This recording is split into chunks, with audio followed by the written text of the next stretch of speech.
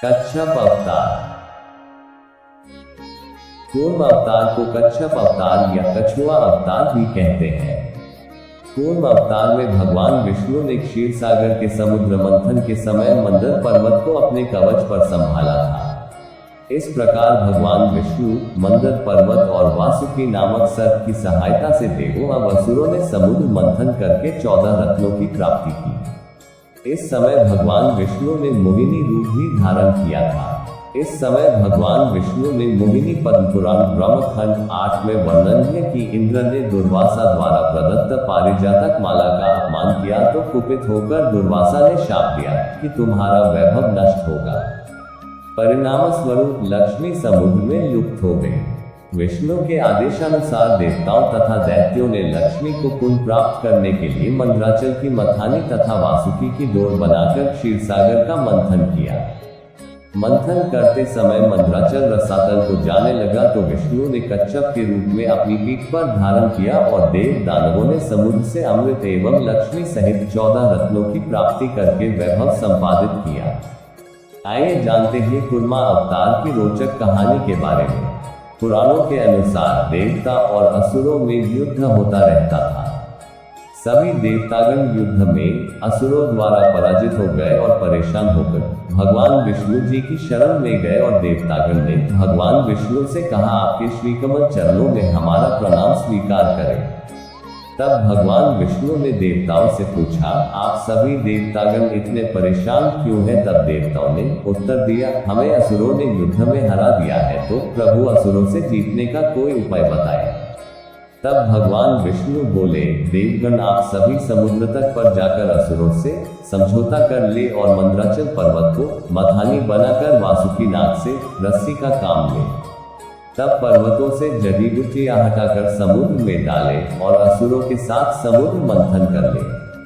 उसके पश्चात समुद्र मंथन में अमृत उत्पन्न होगा, जिसे पीकर देवता अमृत शक्ति को प्राप्त कर अमर हो जाएंगे, जिससे उसी के साथ सभी देवगण शक्तिशाली हो जाएंगे और उसी शक्ति से देवगण असुरों को हरा पाएंगे। उसके बाद भगवान विष्णु को प्रणाम कर सभी देवताओं ने असुरों के साथ समझौता किया और समुद्र मंथन की तैयारी में लग गए। फिर असुर भगवान विष्णु के पास पहुंचे और बोले कि मैंने मंदराचल पर्वत को उखाड़कर समुद्र में डाल दिया। भगवान विष्णु की आज्ञा से वासुकी नाग वहां आए और स्वयं विष्णु जी भी वहां उपस्थित हुए और सभी ने प्रार्थना करी कि हे भगवान, हमें आशीर्वाद दे कि हम समुद्र मंथन में सफल हो जाए। समुद्र मंथन में भगवान विष्णु ने असुरों को नाग के शेष भाग अर्थात मुख की ओर तथा देवताओं को नाग के अंतिम छोर अर्थात पूंछ की ओर रखा। मंथन शुरू होने पर आधार न होने के कारण मंदराचल पर्वत समुद्र में डूबने लगा। तब भगवान विष्णु ने सोचा, अब मुझे ही कुछ करना होगा। तब भगवान ने कूर्म रूप धारण किया और मंदराचल पर्वत के नीचे घुसकर उसका आधार बने। समुद्र मंथन कई चरणों में हुआ। समुद्र मंथन जिसमें सबसे पहले कालकट नामक जहर पैदा हुआ, जिसे सांपों ने पी लिया। दूसरे मंथन में ऐरावत हाथी और उच्चैश्रवर घोड़ा उत्पन्न हुए। तृतीय मंथन में बहुत सुंदर स्त्री उर्वशी प्रकट हुई और चौथी बार में महावृक्ष पारिजात प्रकट हुआ। पांचवी बार में क्षीर सागर से चंद्रमा प्रकट हुए, जिसको भगवान शिव ने अपने मस्तक पर लगा लिया। इसके अलावा रत्नभूषण और अनेक देव पुरुष पैदा हुए। मंथन के चलते वासुकी नाग की जहरीली फुकार से विष निकाला, जिससे कई असुर मर गए या शक्ति विहीन हो गए।